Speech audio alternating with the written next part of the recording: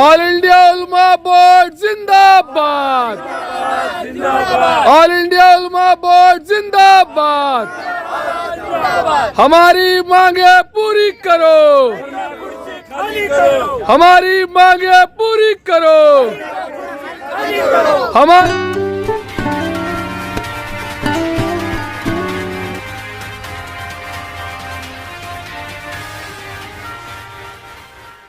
नाज़रीन अस्सलाम वालेकुम वरहमतुल्लाहि वबरकातुहू। इस्तकबाल है, स्वागत है आपका TNN 24 उर्दू न्यूज़ चैनल में। मैं आपका मेज़बान शहबाज अख्तर। हम इस वक्त मौजूद है महाराष्ट्र की उपराजधानी नागपुर के यशवंत स्टेडियम में।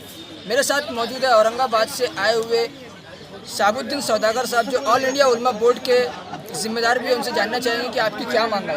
सबसे पहले आपका TNN 24 उर्दू न्यूज़ में बहुत बहुत स्वागत है। बहुत शुक्रिया। मैं ऑल इंडिया उलमा बोर्ड महाराष्ट्र का प्रदेश जनरल सेक्रेटरी हूँ। मेरा नाम मोहम्मद शाहबुद्दीन सौदागर है और इस यशवंत स्टेडियम के ऊपर अभी तक हमारे कुल मिला के 7 धरने आंदोलन हो गए हैं और आज जो है 8 दिसंबर 2023 को फिर से हम एक बार यहाँ पर अपना धरना आंदोलन लेकर बैठे हुए हैं। हमारी इसमें हम हुकूमत महाराष्ट्र को ये बताना चाहते हैं कि देश भर में जो अदालतें हैं, कोर्ट है, तो सभी कोर्ट, छोटी से छोटी कोर्ट भी ऑनलाइन हो गई है, लेकिन महाराष्ट्र वक्फ बोर्ड और वक्फ ट्रिब्यूनल अभी तक ऑनलाइन नहीं हुआ है, जिसकी वजह से वक्फ प्रॉपर्टी का बड़े पैमाने पर नुकसान हो रहा है। वक्फ प्रॉपर्टी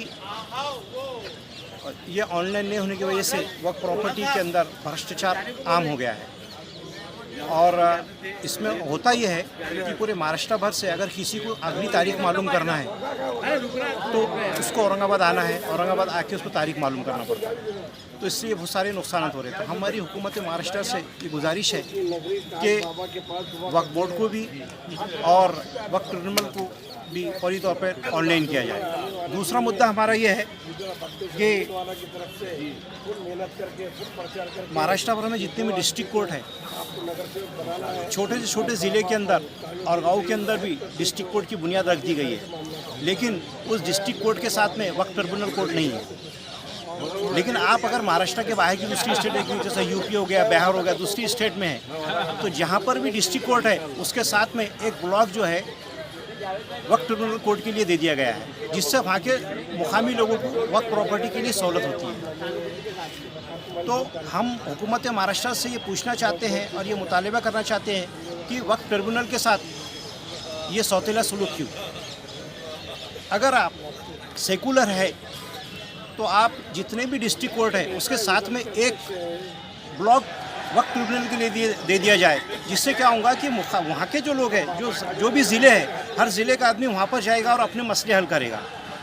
तो उससे वक्फ ट्रिब्यूनल के लोगों को जो औरंगाबाद आना पड़ता है वो आना नहीं पड़ेगा, जिससे मुस्लिम समाज का पैसा बचेगा और वक्फ भी बचेगा।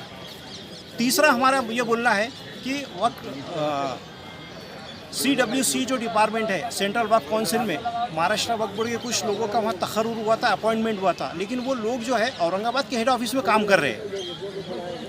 कौन से तरीके से कर रहे हैं और कौन से कायदे से कर रहे हैं ये किसी को भी नहीं मालूम।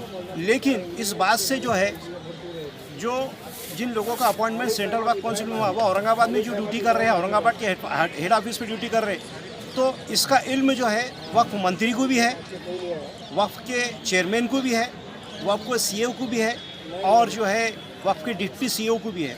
और जितने डिस्ट्रिक्ट ऑफिसर है वो तो उनका तो इतना चढ़ा है कि वो तो लालम लाल हो गए हैं। फुल भ्रष्टाचार चालू है वक्फ बोर्ड के अंदर डिस्ट्रिक्ट ऑफिसर द्वारा। तो हम हुकूमत महाराष्ट्र से ये मुतालबा करते हैं कि उलमा बोर्ड के जितने मुतालबात हैं इसके ऊपर संजीदगी से गौर करें। Thank you.